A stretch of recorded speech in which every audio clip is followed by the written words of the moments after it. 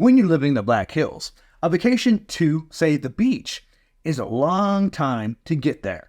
So let's talk about a few places around the Black Hills that you can visit on vacation that are within a day's drive. Hey everybody, it's Tristan Emond with Mindful Living Realty, a realtor right here in Rapid City, South Dakota, the gateway to the Black Hills. Today we're going to talk about Glacier National Park.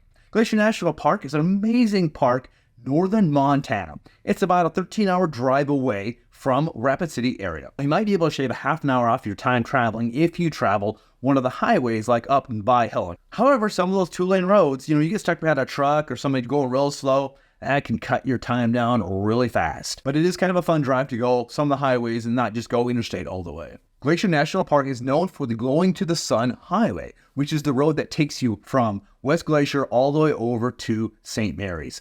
Crazy views of the mountains that any of these pictures really can't even really capture. Plus the air is clear, it smells sweet, and it's a beautiful place to go to get away and enjoy some bigger mountains than the Black Hills. In the past couple of years, they have instituted a reservation system. So you have to have a reservation to get into the park. Now, typically they'll release a whole bunch of their reservations at the beginning of the year, sometime in the spring.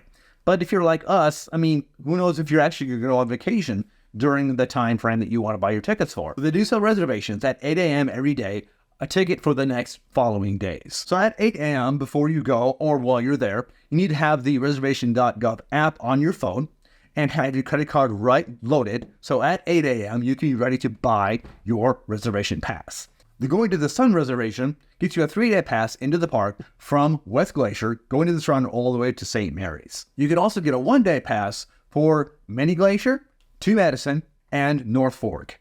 We went a number of weeks ago, and I was up at 8 a.m. and started hitting that button to get a pass. We did manage to get one Going to the Sun Road pass, and we also managed to get a to Madison daily pass. In addition to this reservation, you'll also have to buy a park pass, which is about $35 for the week. So not terribly expensive, just part of the process of getting through the reservation and then also buying the pass. Now, things at Glacier are busy. You have to get up early and get going to get a parking spot to do the trails that you want to do. Logan's Pass at the top of the hill, we got up there at 8:30 one morning and it was full. You have to get up there really early to explore Logan's Pass, which has a lot of trails around that area. The other thing that you can do is you can ride the bus to wherever you want to go. Just as you enter into the park, there's Atgar. And Atgar has a bus station where you can park and then go to whatever spot along the Going to the Sun Road you'd like to go to.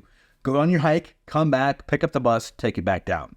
You can also take a guided tour of Going to the Sun Road in one of the red tour buses that have the open top and a tour guide to lead you along the way and talk to you about the different components of the Going to the Sun Road. And don't forget that Logan's Pass is covered in snow until sometimes the middle of June. So if you plan to go to Glacier at the beginning of June, there's going to be quite a bit of snow up on top of the mountain, and you're probably not going to be able to get up on top and see everything. We like to go in August when the snow has melted, and you actually get a chance to go and take all the trails and see all the things.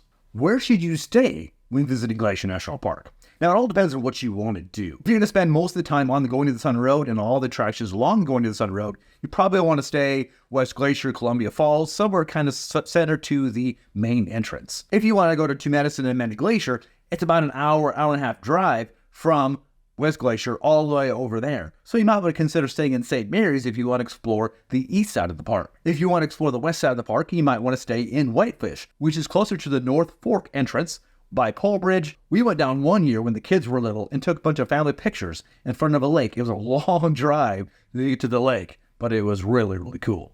My sister-in-law lives near Kalispell, so we've had a chance the past few years to go up there a number of times. And whether you're looking for an easy trail to go see some lakes or waterfalls, or you're a serious hiker or a backpacker that likes to travel 10, 15, 20 miles in a day, there are many amazing sights, and like all the glaciers, you've got to really walk to go see those. This past year, we took the path by to Medicine Lake. Now, if you don't want to hike this, you can take the boat all the way across the lake. From there, you can walk, which isn't too far to see the Twin Falls, and then walk about a mile further to see the second lake there at To Medicine. By the time we walked from our parking spot all the way to the end and back, we had walked about 10 miles that day to view all the lakes and enjoy the waterfalls.